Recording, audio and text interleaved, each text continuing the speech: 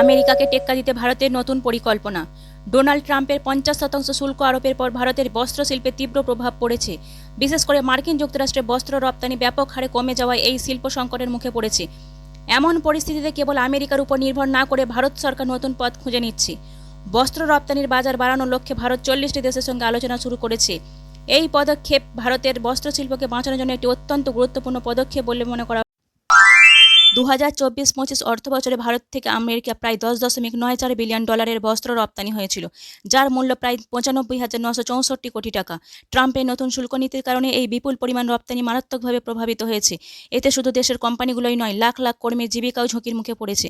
বস্ত্রশিল্প ভারতের সবচেয়ে গুরুত্বপূর্ণ রপ্তানি খাতগুলোর মধ্যে অন্যতম, তাই এই শিল্পকে বাঁচানোর জন্য জরুরি পদক্ষেপ নেওয়া অপরিহার্য। মার্কিন বাজার হারানোর ক্ষতিপূরণ করতে কেন্দ্র সরকার নতুন রপ্তানি বাজার খুঁজছে। এই তালিকায় রয়েছে জাপান, জার্মানি, দক্ষিণ Korea, France, Italy, Spain, Netherlands, Poland, Canada, Mexico, Russia, Belgium এবং সংযুক্ত আরব আমিরাতের মতো 40টি দেশ। এই দেশগুলিতে ভারতের দূতাবাস এবং রপ্তানির পক্ষ থেকে জোর আলোচনা চলছে। বর্তমানে ভারত 220টিরও বেশি দেশে বস্ত্র রপ্তানি করে।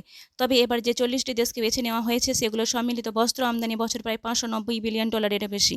এই বিপুল বাজারে মাত্র 5 থেকে 6% বর্তমানে ভারতের দখলে। কেন্দ্রীয় সরকারি লক্ষ্য এই বাজারগুলোতে ভারতের রপ্তানি উল্লেখযোগ্যভাবে বাড়ানো।